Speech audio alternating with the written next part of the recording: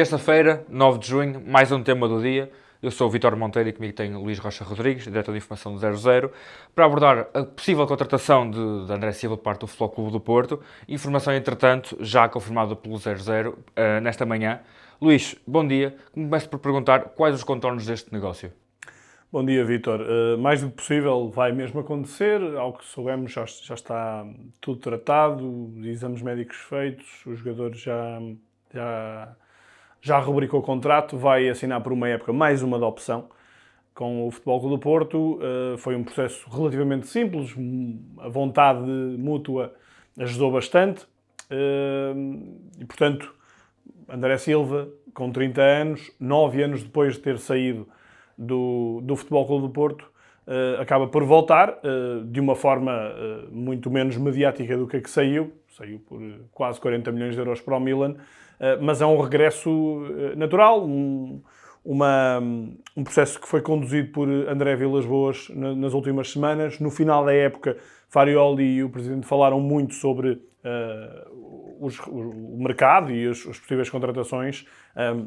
O Porto atempadamente tem anunciado saídas e também vão surgindo as entradas. Neste caso, André Silva acaba por ser um nome que dispensa apresentações, ainda que tenha feito uma carreira que eu diria que foi aquém das expectativas de alguém que saiu do Porto por um valor tão elevado. Claro, ele tem andado por vários campeonatos. O que é que ele tem feito recentemente? Estava no Elche. O que é que ele tem feito? Sim, portanto, o André Silva sai, vai para o Milan. No Milan começa bem, mas de uma forma alternativa, ou seja, a jogar na Liga Europa, marcar golos na Liga Europa. Não se consegue afirmar, vai emprestado depois para o Eintracht Frankfurt. E aí sim, as coisas correm bem. O seu melhor período foi no Eintracht, o Eintracht compra-o em definitivo. Depois, numa época com quase 30 golos, ele é vendido ao Leipzig, que tem outra capacidade financeira, uma das grandes vendas do Frankfurt nos últimos anos, que é um clube muito fértil a vender avançados. No Leipzig, com muita concorrência, André Silva até foi normalmente titular na primeira temporada, fez 17 golos, depois foi caindo, acabou por ser emprestado, esteve na Real Sociedade, por exemplo, e na época passada foi quase a um preço simbólico para o Elche, que subiu à primeira divisão, que foi buscar alguns jogadores renomados, e o André Silva acabou por fazer uma época que não vamos dizer que foi uma época em que retomou os momentos mais pujantes, mas estava numa equipa a lutar pela manutenção. Foi mais vezes titular do que suplente utilizado, 22 vezes a partir do 11 inicial, 9 vezes a partir do banco, jogou 31 jogos na La Liga, foi o melhor marcador do Elche, com 10 golos, mais 2 do que Rafa Mir, que era o seu concorrente direto, um avançado também muito acreditado em Espanha, dos tempos do Valência, do Sevilha, e o André Silva conseguiu, às vezes coabitar, outras vezes ser ele o titular. Portanto, foi uma época globalmente positiva, ele só tinha um ano de contrato, esse ano expirou agora, estava livre, foi uma grande oportunidade de negócio para o Porto, vai buscar um jogador que conhece os cantos à casa, que é internacional português, que vem obviamente também a pensar num regresso à seleção nacional, tem 30 anos e ainda muito a pensar nisso. O André Silva não vai à seleção desde o Mundial 2022 e por isso viu aqui uma forma de, numa La Liga que é muito mais apelativa do que o Campeonato Português, acabar por conseguir dar um salto, porque vai de um clube que luta pela manutenção para um clube que vai jogar a Liga dos Campeões, que é campeão nacional e que ele conhece muito bem. Sabes quando a Silva vem para fazer sombra ao Samu, que neste momento está alucinado, até outubro ou novembro, sentes que pode chegar acomodado por chegar a uma casa que já conhece, que o projetou em tempos, mas numa fase menos fulgurante, provavelmente? Eu diria que não, precisamente por causa deste trajeto um bocadinho atribulado do André Silva. Se em Frankfurt convenceu, nos outros deixou um bocadinho a desejar. Acredito que o próprio André Silva sinta alguma frustração em relação a isso.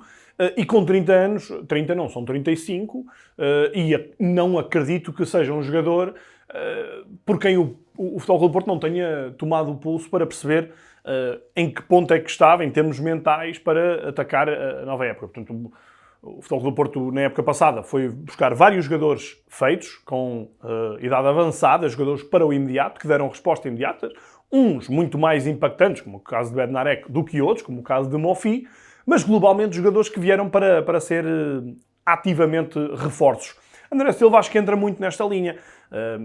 Não estou aqui a querer dizer que vai ser alguém que vai tomar conta da posição 9, mas acredito claramente que vai ser alguém para batalhar pela titularidade e para, como eu estava há pouco a dizer, para espreitar um regresso à seleção. Já são quase 4 anos sem ir à seleção. Fernando Santos foi o último a lançá-lo no Mundial 2022. Na altura, Gonçalo Ramos estava a aparecer, até ganhou lugar a Cristiano Ronaldo e André Silva na terceira posição. Acabou por cair nas escolhas. As épocas não foram muito felizes. Este ano houve aqui uma ligeira melhoria, mas não suficiente para entrar nas contas do selecionador. Mas acho que André Silva ainda olha com isso, com toda a preponderância, com toda a lógica, porque é um jogador que tem mais de 50 internacionalizações, fez fases finais a ser titular. Estou-me a lembrar, por exemplo, da Taça das Confederações. Portanto, é um elemento que me parece que vai chegar muito motivado e de todo vai, como tu disseste, ser alguém acomodado ao lugar, à posição e ao facto de ser um nome já com história no Futebol Clube do Porto. Para lá de Samu e André Silva também há Denis Gul, sentes que esta posição está fechada no plantel do Futebol Clube do Porto? Não, ao que eu percebi, não está fechada, mas também percebi... Nós estamos a entrar num mercado muito sui generis, é um mercado, enfim, não é diferente de muitos outros, é muito nessa linha. O que nos diz a história é que em fases finais ou os negócios são feitos antes das grandes competições ou depois só após essas competições, com algumas valorizações, com uma outra desvalorização também decorrente da participação nessa fase final. Neste caso o Mundial é uma montra para alguns jogadores. Denis Gul, por exemplo, vai lá estar. Não sendo crível que Denis Gul vá explodir no Mundial, mas fica aqui um estado de dúvida, porque a correr bem até pode haver aqui algum interessado, algum negócio que se possa fazer. Samu, como tu disseste há pouco, voltará a correr bem, outubro, novembro.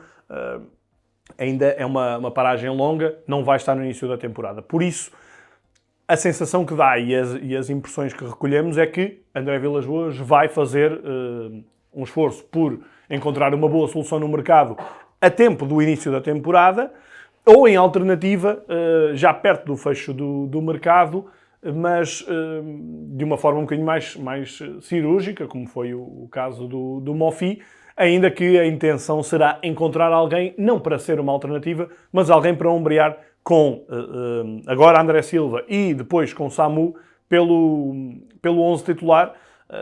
Portanto, o Futebol Clube do Porto poderá chegar a setembro e ter 4 pontas de lança, Samu lesionado e 3 jogadores, Denis Gul, André Silva e outro reforço, como opções para Farioli, que, como se sabe, por norma joga com um ponta de lança. Obrigado, Luís. Obrigado por terem assistido. Por fim, acabo a recomendar o novo episódio do Dinheiro do Futebol com Diogo Estevinho Martins, Marketing Director da Coca-Cola Company, num episódio conduzido por Humberto Ferreira e José Pedro Paes.